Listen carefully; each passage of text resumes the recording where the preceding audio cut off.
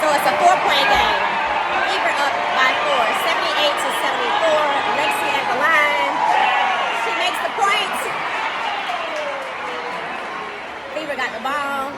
Kelsey Mitchell. Point. Kelsey Mitchell reigns. Number 1 guard for the Indiana Fever. Kelsey Mitchell. Yes, told y'all.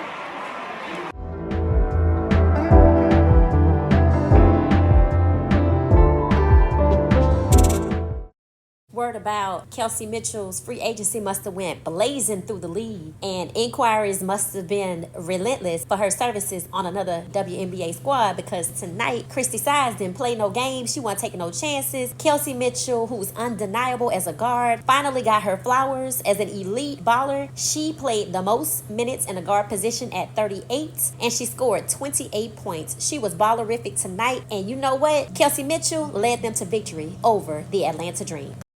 Through the first half of the game, it was all Kelsey Mitchell and Aaliyah Boston. And when Caitlin came in, not gonna lie, she did good. The behind-the-back pass, her play over Jordan Canada, which I felt like was a mismatch. Jordan Canada is only 5'6", Caitlin is 6 feet tall, but you know what? That's what Atlanta's coach decided to do. I am a Dream fan, and I really wondered at some point, was there some point shaving going on, because one particular player had 9 points until the fourth quarter, and she's like the face of the team, but I'm not gonna say no names. Y'all know who y'all are. Alicia Gray got hit in the face by Aaliyah Boston's elbow, so that seemed to have take her out of the rest of the game, leaving her with like 10, 12, 13 points. But Tina Charles did her thing.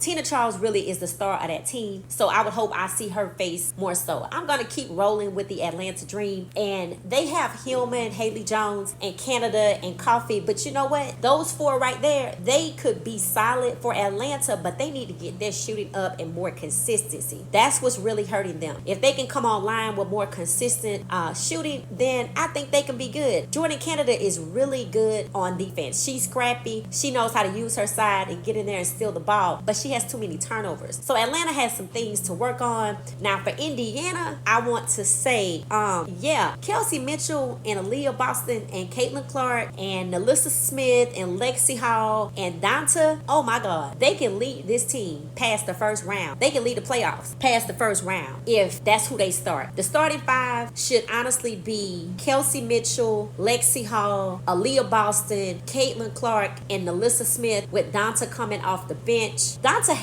She played 10 minutes and had 11 points. That's pretty good.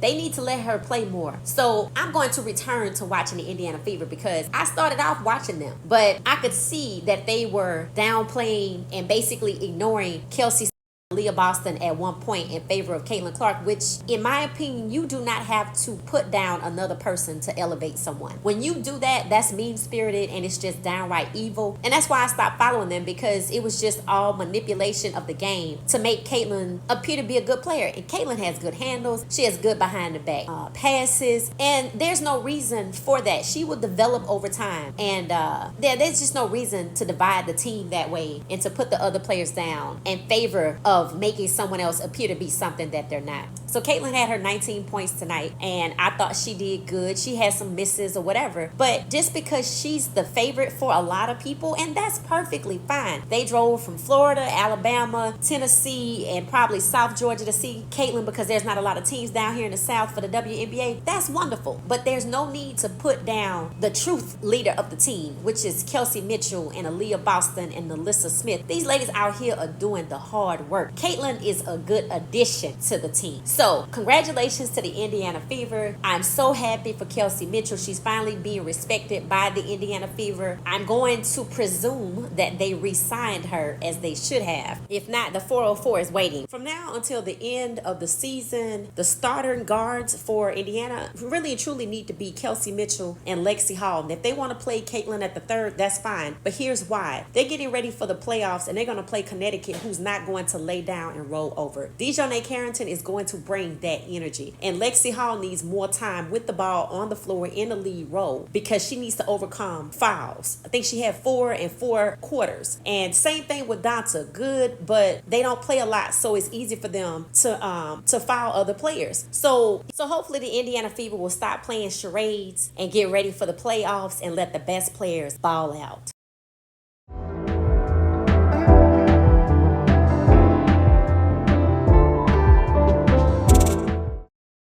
Thank you for watching. Please like and subscribe to help my channel grow.